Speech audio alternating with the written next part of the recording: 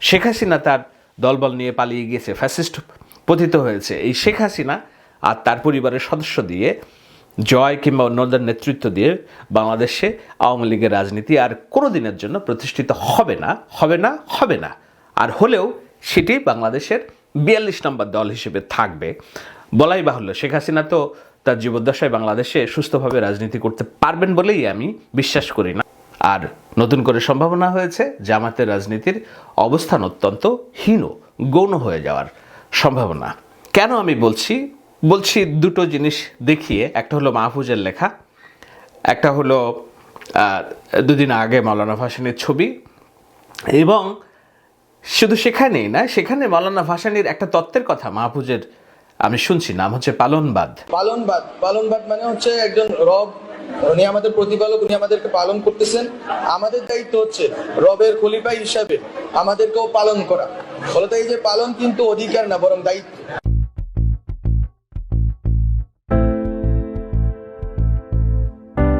আমি কেন বাংলাদেশের আগামী দিনের রাজনীতিতে আওয়ামী লীগকে কোনো মূল প্লেয়ার হিসেবে দেখি না, বরঞ্চ তাদের স্থলে আমি দেখি মাওলানা ভাসানীর রাজনীতির নীতিতে অনুপ্রাণিত একটা নতুন রাজনৈতিক দল, যারা হবে মূলত রাজনীতির মূল প্লেয়ার। এবং সেই রাজনীতিটা হবে, ভোটযুদ্ধটা হবে মূলত বিএনপির সাথে। এই যে নতুন রাজনৈতিক বন্দোবস্ত কিংবা রাজনৈতিক পথ চালার যে আদর্শগত একটা ভিত্তি প্ল্যাটফর্ম তৈরি হচ্ছে তাদের, সেখানে আওয়ামী লীগ এবং জামাত দোনোটা দলই খারিজ হয়ে যেতে পারে বলেই আমি আমার দূরদৃষ্টির বিশ্লেষণে অনুমান করি, যদি সঠিক পন্থায় রাজনীতিটা আগায়।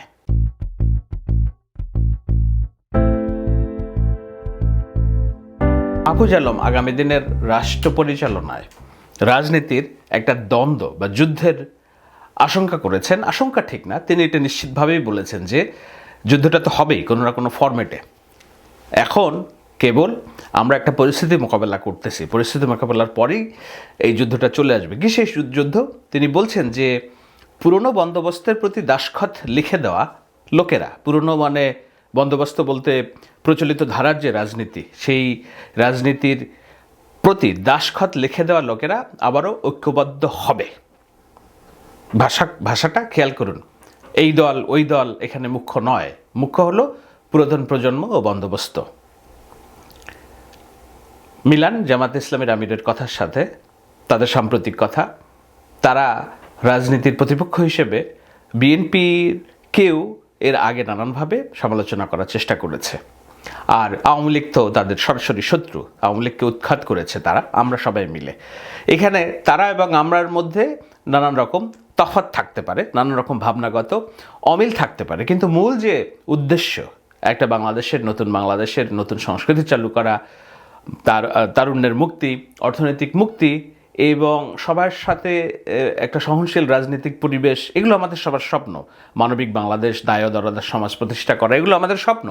সেই স্বপ্নের পথে পুরাতন যে রাজনীতি, পুরাতন যে চিন্তাধারা, সেই চিন্তাধারা থাকবেই এবং এই চিন্তাধারার লোকজন একত্রিত হবে, সেটা তিনি বলেছেন। এবং বয়স আমার ছোট, অনেক ছোট, কিন্তু তার ভাবনাকে আমি ধাতব্য ধরেই আলোচনাটা করছি। এবং কেন জামায়াতের এইটার বিরোধিতা, এইটার আঁচটা করতে পেরেছে, যেটা বিএনপি অনেক আগেই আঁচ করেছে, সেটা নিয়ে আমি ব্যাখ্যা দেব। এবং কেন ব্যাখ্যা দেব যে সেই রাজনীতিতে আওয়ামী লীগের কোনো অবস্থান নেই, জামায়াতও খারিজ হয়ে যাবে কিনা, এরকম একটা শঙ্কার মধ্যে পড়েছে বর্তমান সময়টা। সেটা জামায়াতের আমির আঁচ করতে পেরেছেন, তার লেখার মধ্যে পরিষ্কার হবে। আর ছাত্র তরুণদের জন্য এটি একটি সুযোগ এসেছে, প্রতিটি প্রজন্মের কাছে এরকম একটি সুযোগ আছে। 90-এর ছাত্র তরুণ খরচ হয়ে গেছে আগে যার প্রজন্মের ধূর্তামির কাছে, অর্থাৎ 90-এর যে গণ আন্দোলনের যেখানে সুরেচার এরশাদের পতন হয়, সেখানে যেই তরুণরা অংশগ্রহণ করেছিল তারা মাহফুজের ভাষায় খরচ হয়ে গেছে পূর্বেকার পুরাতন রাজনৈতিক যে ধূর্তামি, অর্থাৎ চক্র ভাবনা, সেটার কাছে। আবারও সে ধূর্ত পুরাতনপন্থী ছাত্র তরুণদের মধ্যে যে বিভেদ ও অনাস্থা তৈরি করেছেন, সেই সম্বন্ধে ছাত্র তরুণরা সতর্ক না থাকলে তারা প্রজন্ম আকারে হত্যাযোগ্য হয়ে উঠবেন। কারণ 90-এ এত রক্তাক্ত এবং কনফ্রন্টেশন ছিল না। তিনি বলছেন এই পুরাতন রাজনীতির মধ্যেই ঢুকিয়ে দেওয়ার যে ন্যারেটিভ, সেটি এখনও চালু আছে এবং এইটা বুঝতে হবে। যদি না বুঝে তাহলে এই বর্তমান তরুণ যারা এই একটা মাফিয়াতন্ত্রকে উৎখাত করার সামনে থেকে যারা কাজ করেছে তারা যুগ যুগ ধরে হত্যাযোগ্য হয়ে উঠবে, অর্থাৎ তাদের বিচারিক কার্যক্রম চলবে যেই সরকারি ক্ষমতায় আসুক না কেন, তারা ক্ষমতা থেকে চলে গেলে। এর কারণ সে তিনি বলছেন যে 90 কিন্তু এতটা রক্তাক্ত ছিল না এবং এতটা কনফ্রন্টেশন ছিল না। 90-এর যে গণ আন্দোলন সেটা গণ আন্দোলনই বলি আমরা, গণ অভ্যুত্থান না। এবার একটা প্রকৃত গণ অভ্যুত্থান এবং এই গণ অভ্যুত্থানে আমাদের যে মূল্য সেটা অনেক চড়া দাম দিয়ে এই গণ অভ্যুত্থানের ফলাফল আমরা পেয়েছি, সেটা আমি মাহফুজের সাথে একমত। কিছু বিষয় অবশ্যই দ্বিমত, কিন্তু মোটা দাগে একমত। সেই জায়গায় তিনি বলছেন যে সেই ধূর্ত এখানে 1.5 লক্ষ আহত, মানে মাঠের লড়াকু আছেন, 2000 বা তার বেশি শহীদ হয়েছেন। যুদ্ধের পূর্ববর্তী মুহূর্তে একটা সামাল দেওয়া প্রচেষ্টা শুরু হয়েছে যা এখন চলমান, কিন্তু এই যুদ্ধ তো হবেই কোনো না কোনো ফরম্যাটে। এটাকে তিনি যুদ্ধ পরবর্তী অবস্থা বলছেন না মাহফুজ, যাকে আমরা অনেকেই মাস্টার মাইন্ড হিসেবে চিনি। রাজনীতিতে অনেকেই তাকে মস্করা করে সিরাজুল ইসলাম খান দাদাভাইয়ের সাথে তুলনা করেন, কেননা তার রাজনীতি নিয়ে গভীর চিন্তা আছে এবং সেই চিন্তা বর্তমান সরকারের কর্মকাণ্ডে প্রতিফলিত হচ্ছে। তরুণদের অনেক একটা অংশের মধ্যে তো হচ্ছেই। আমি ছাত্র সমন্বয়ক বলতে যারা মাঠে ছিল সবাই যে মাহফুজের অনুসারী এটা না, কিন্তু একটা অংশ যারা সরকারে আছে তারা একসাথে আছে বলেই প্রতীয়মান হয় নানান রকম বিশ্লেষণ। সেখানে বলছে যে পুরাতন ও নতুনের এই রক্তাক্ত দ্বন্দ্বে রণনীতি ও প্রধান দ্বন্দ্ব বুঝে নেওয়া জরুরি, খুবই জরুরি। মৃত্যু আমাদের ছুঁয়ে গেছে, আমরা জ্যান্ত মারা হয়ে গেছি। আমাদের শহীদ হয়ে যাওয়া ভাই বোনের সাক্ষ্যকে নিরন্তর পুনরাবৃত্তি করে যেতেই হবে। ক্লান্ত হইন না, জড় হন, ঘন হয়ে বসুন। এখানে একত্রিত হওয়ার কথা বলছে মাহফুজ। কেন, কোন প্রেক্ষিতে, কিসের জন্য একত্রিত হওয়ার কথা বলছে? বলছে যে যুদ্ধের পূর্ববর্তী অবস্থায় একটা পরিস্থিতির মধ্যে দিয়ে সামাল দেওয়ার চেষ্টা করছে বর্তমান সময়, কিন্তু এই যুদ্ধ তো হবেই কোনো না কোনো ফরম্যাটে। কোন যুদ্ধের কথা বলছে?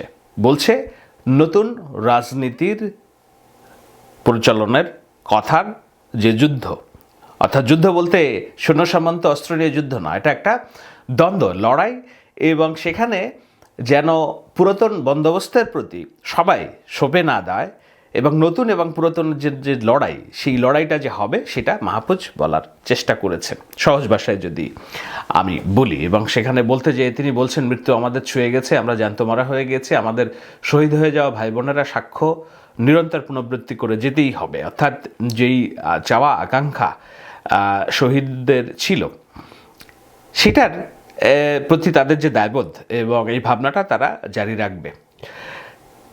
তো সেই যুদ্ধটা বলছে যে কোনো না কোনো ফরম্যাটে তো হবেই। আমি ধরে নিচ্ছি এই যুদ্ধ সমাজের, আগেই বলেছি এটা সৈন্য সামন্ত কিংবা অস্ত্রের যুদ্ধ নয়, যুদ্ধটা মতাদর্শের যুদ্ধ এবং যুদ্ধটা হবে নির্বাচনী ফরম্যাটে, আমি ধরে নিচ্ছি। তো নির্বাচনী ফরম্যাটে যদি যুদ্ধ হয়, সেখানে মাহফুজরা বলছে যে পুরাতন বন্দোবস্তের প্রতি দাসখত লিখে দেওয়া লোকেরা আবারও ঐক্যবদ্ধ হবে। এই দল ওই দল এখানে মুখ্য নয়, মুখ্য হলো পুরাতন প্রজন্ম ও বন্দোবস্ত।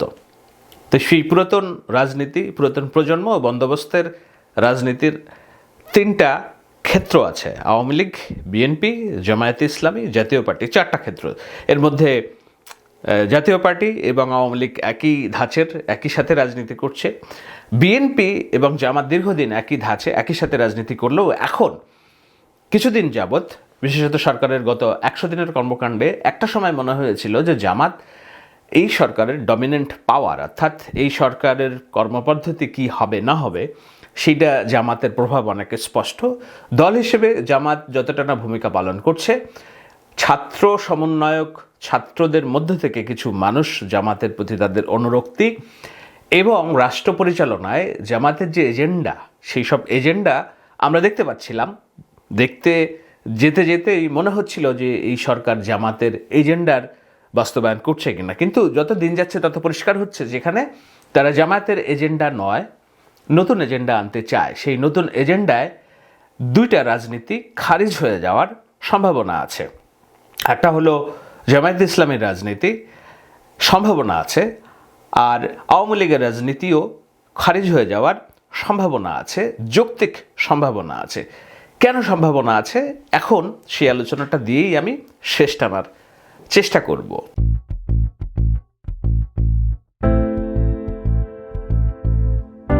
আগেই বলেছি, বাংলাদেশের আগামী দিনের ভোটের রাজনীতিতে আমি আওয়ামী লীগের কোনো অবস্থান দেখি না। আর নতুন করে সম্ভাবনা হয়েছে জামাতের রাজনীতির অবস্থান অত্যন্ত হীন, গৌণ হয়ে যাওয়ার সম্ভাবনা। আওয়ামী লীগের কেন সম্ভাবনা দেখি না? এই কারণে দেখি না যে আওয়ামী লীগ বাংলাদেশের একটি পুরাতন রাজনৈতিক দল হইলেও যেই প্রক্রিয়ায় আওয়ামী লীগ বিদায় হয়েছে, এটি ইতিহাসে অন্যান্য উৎখাত, মাফিয়াতন্ত্রের উৎখাত এবং পালিয়ে যায় যেই পুরা মতাদর্শের লোকজন, শাসন ব্যবস্থা, 300 সংসদ সদস্য, তাদের নিয়োগকৃত ইমাম পর্যন্ত যখন পালিয়ে যায়, এটা একটা পতন, সামগ্রিক পতন। এই পতনের প্রেক্ষিতে উঠে দাঁড়ানো আর সম্ভব হয় না। আপনারা 75-এর সাথে অনেকেই তুলনা করবেন আওয়ামী লীগ কর্মী সমর্থকরা, যে 75-এ যদি আওয়ামী লীগ উঠে দাঁড়ায় এবার কেন পারবে না। 75 ছিল পুরোপুরি একটা ভিন্ন প্রেক্ষাপট। সেখানে রাষ্ট্রের স্বাধীনতা যুদ্ধের নেতৃত্ব দানকারী একজন নেতাকে হত্যা করা হয়েছিল সপরিবারে, এবং সেই হত্যা করার প্রেক্ষিতে তাদের মতাদর্শ কিন্তু হত্যা করা হয়নি। ওই সরকার কিন্তু পালিয়ে যায়নি, সরকার দেশেই ছিল, তার মন্ত্রীরা দেশে ছিল, তার অনুসারীরা দেশে ছিল, রাজনীতিবিদরা দেশে ছিল। যখন রাষ্ট্রপ্রধানকে হত্যা করা হয়, তার ওই রাজনৈতিক দলের মন্ত্রী, সংসদ সদস্য এবং তারা এই দলের রাজনীতিকে টিকিয়ে নেওয়ার জন্য, চালিয়ে নেওয়ার জন্য কিন্তু মাঠেই ছিল, তারা পালিয়ে যায়নি। সুতরাং সেখানে তাদের অনেক সময় লেগেছে, কিন্তু তারা রাজনীতিতে প্রতিষ্ঠিত হয়েছে জিয়াউর রহমানের কৃপায়।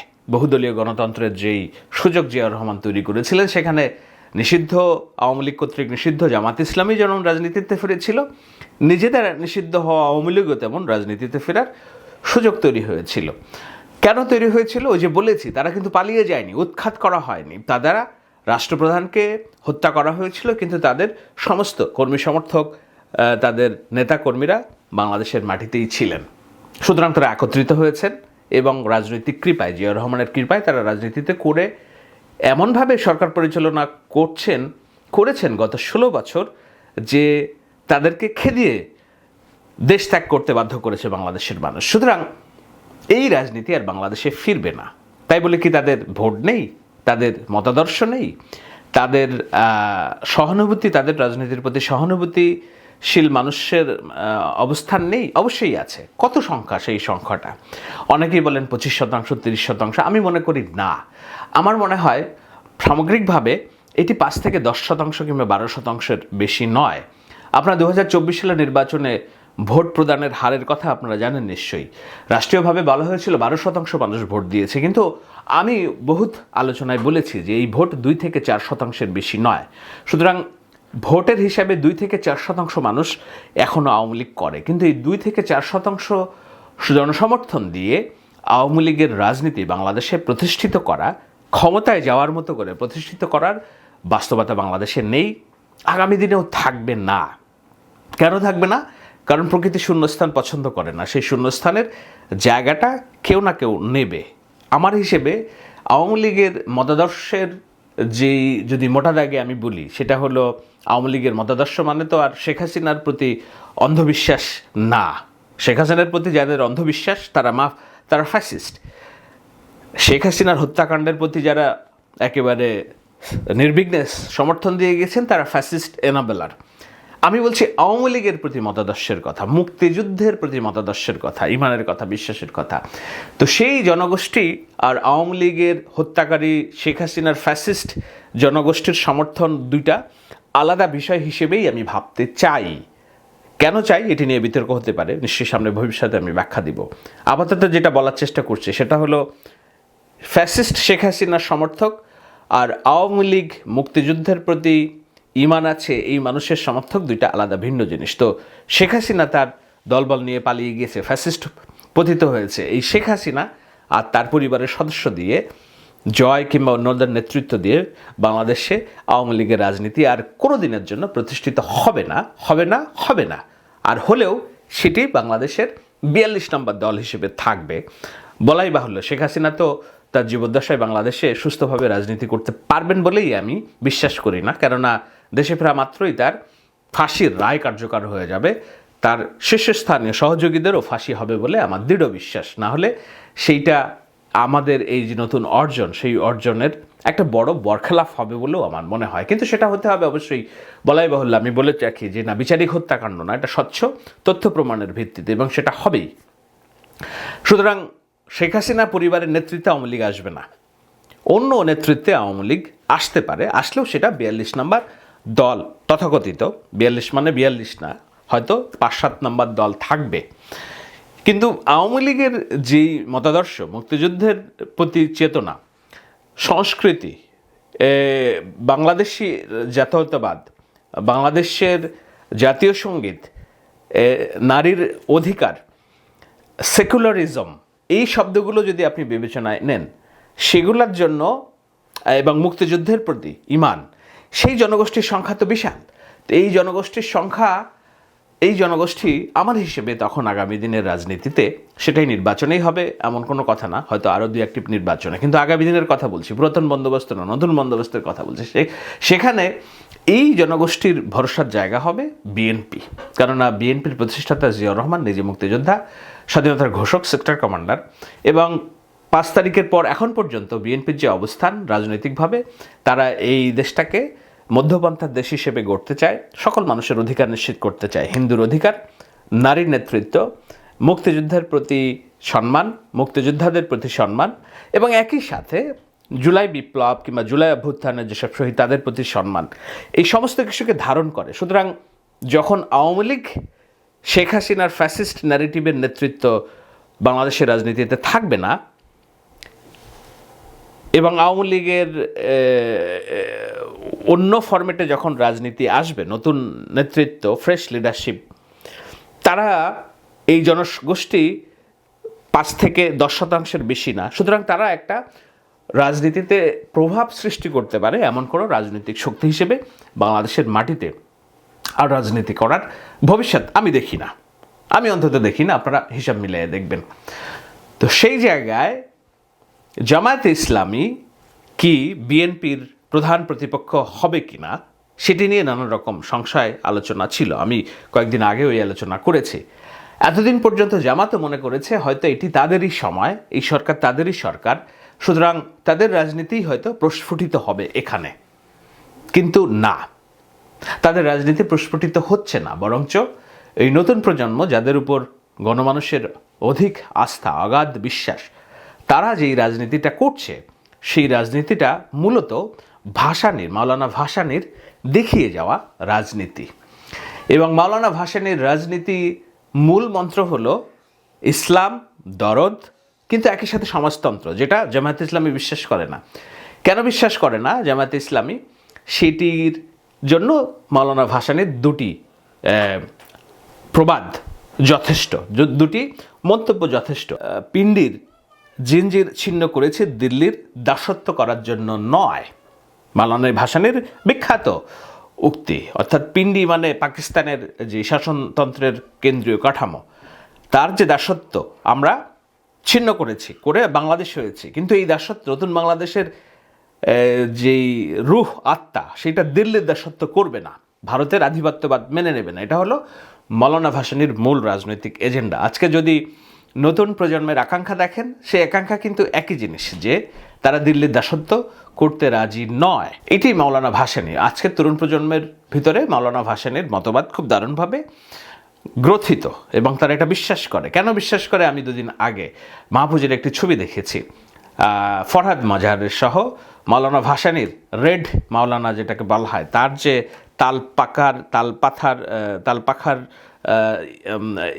অংশ দিয়ে বানানো টুপি, সেই টুপি পরে তারা সামনে এসেছে। বোঝাই যাচ্ছে যে এটা মাওলানা ভাসানী এবং ফরহাদ মাজাহারের যে যৌথ ভাব আদর্শিক রাজনৈতিক মতাদর্শ, সেইটার অনুসারী মাহফুজ এবং এই ছাত্রদের একটা বড় অংশ, আমি বলছি সবাই না, একটা বড় অংশ।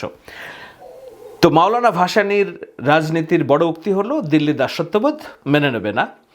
তো সেটিতে উদ্বেলিত তরুণ সমাজ এবং ইসলামী ভাবাসম্পন্ন অনেক মানুষ উদ্বেলিত। কিন্তু মাওলানা ভাসানীর রাজনীতির অন্যতম যে বিরোধিতার জায়গা, সেখানে জামাত ইসলাম খারিজ হয়ে যায়। কিভাবে খারিজ হয়ে যায়? মাওলানা ভাসানীর আরও একটা উক্তি হলো, তিনি জামায়াত ইসলামকে ইসলামের শত্রু মনে করতেন, রাজনীতির শত্রু মনে করতেন। মাওলানা ভাসানীর আরও একটা বিখ্যাত উক্তি, সেটা হলো যে নীল নদের পানি যেমন নীল নয়, জামায়াত ইসলামীও তেমনি ইসলাম নয়। আজকের এই আলোচনার প্রেক্ষিতে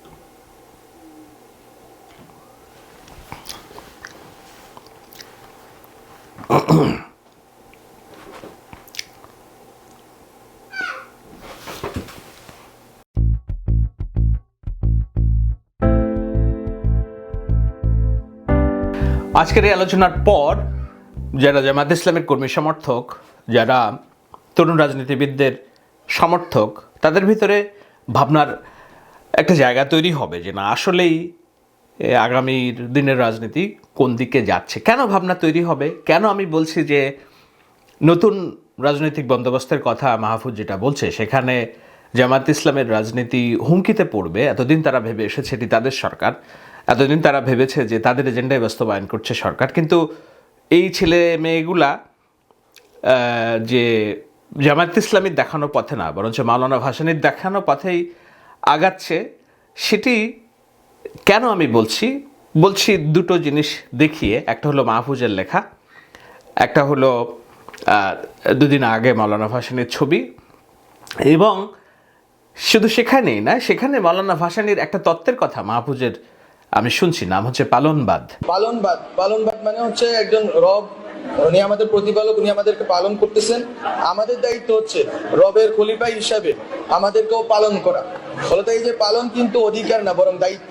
এই ধরনের একটি রাজনৈতিক মতাদর্শ আছে যেখানে মানুষের কর্তৃত্বের কথা বলা হয়েছে, যেই আইনি বন্দোবস্তায় মানুষের আইনের কথা বলা হয়েছে, যেটা জামাত ইসলামীর রাজনৈতিক মতাদর্শ থেকে ভিন্ন। জামাত ইসলামী রাষ্ট্র পরিচালনায় মানুষের আইনের কথা বলে না, আল্লাহর আইনের কথা বলে, শরিয়া আইনের কথা বলে। তো সেই জায়গাটা থেকে একদম স্পষ্ট বিভাজন আমরা দেখতে পাচ্ছি যে বর্তমান ছেলে মেয়েদের রাজনৈতিক ভাবনায়। এটা মাহফুজের কোনো নতুন তত্ত্ব না, এই তত্ত্ব হচ্ছে মাওলানা ভাসানীর এটাকে রুবুনিয়াত বলে তত্ত্ব ছিল। সেই তত্ত্বের একটা ব্যাখ্যা ছিল যে মানুষ হচ্ছে রবের প্রতিনিধি, মানুষই রব।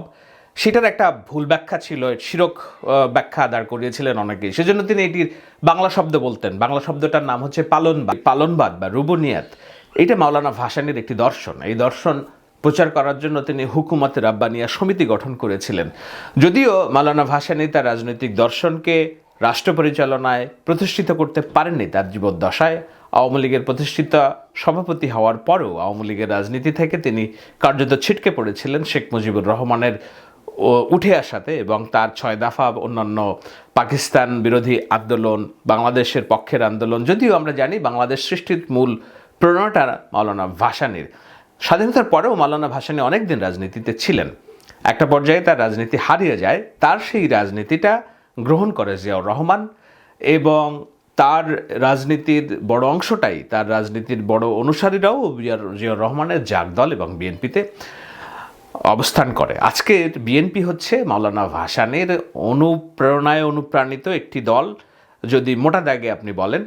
কিন্তু অবশ্যই এখানে জিয়াউর রহমানের ক্যারিশমা এবং নতুন চিন্তা চেতনা সংযোজিত হয়েছে। আজকে এত বছর পর এসে, 55-56 বছর পর এসে বাংলাদেশের রাজনীতিতে, আগামী দিনের নতুন রাজনীতিতে যখন বন্দোবস্তের কথা আলোচিত হচ্ছে, সেই বন্দোবস্তে আমরা দেখি যে বাংলাদেশের রাজনীতি থাকবে দুটোই, এবং এই দুইটা রাজনীতি কোনো না কোনোভাবে এই যে হুকুমতে রাব্বানিয়া বা মাওলানা ভাসানীর মতাদর্শের রাজনীতি, তার একটা বড় প্রভাব সেখানে থাকবে। সেই বড় প্রভাবটা, একটা তো বলেছে যে বিএনপি এখনকার রাজনীতির মূল চালিকা শক্তি, সেই চালিকা শক্তির সাথে অনেক ধরনের মানুষ আছে।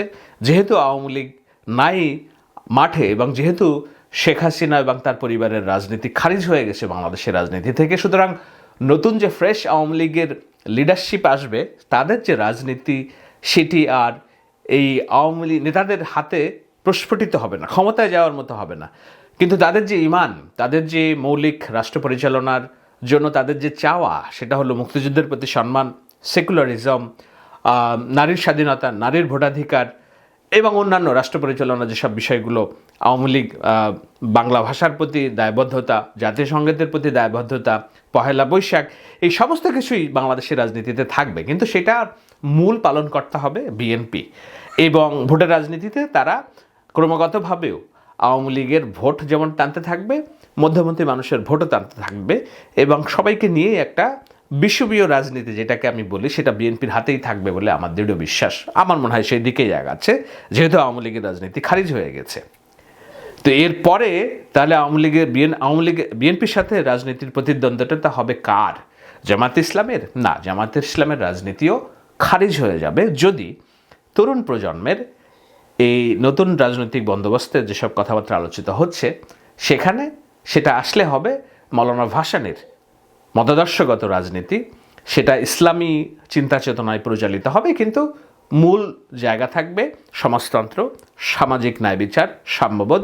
সেটা শরিয়া আইন হবে না, সেটা হবে সমাজতন্ত্রের আইন। কিন্তু লিড অর্থাৎ নেতৃত্ব দিবে ইসলামী ভাবাসম্পন্ন তারুণ্যেরা। এই তারুণ্যদের প্রতিচ্ছবি আমি দেখতে পাচ্ছি বর্তমান মাহফুজ এবং অন্যান্যদের চেহারায়। আমি বলি, সবাইকে এক কাতারে আমি মাপতে চাই না, এই তরুণদের মধ্যেও বিভাজন আছে। তো সেই জায়গায় নতুন যে রাজনৈতিক বন্দোবস্ত, সেইখানে ডক্টর শফিকুর রহমান হয়তো ভেবেছেন যে জামায়াত ইসলামের রাজনীতিও খারিজ হবে। এতদিন তারা যেটা ভেবেছেন যে এটি তাদের রাজনীতি, তাদের সরকার, তাদের এজেন্ডা, সেটা মনে হয় ভুল। কেন জামায়াতের রাজনীতি খারিজ হবে? কারণ জামায়াতের রাজনীতি খারিজ হবে যদি বাংলাদেশের মানুষ দেখে যে ইসলামী ভাবধারায় কোনো একটি রাজনৈতিক নতুন দল দাঁড়াচ্ছে, এবং যেই দলটি হাসিনার ফ্যাসিস্ট শাসনকে উচ্ছেদ করার জন্য শহীদ হয়েছে, রক্ত দেওয়ার জন্য প্রস্তুত হয়েছে, তাদের ডেডিকেশন আছে, তাদের প্রতি সহমর্মিতা বাড়বে। ইসলামী ভাবধারার কারণে ইসলামী জনগোষ্ঠীরও সমর্থন তাদের প্রতি থাকবে।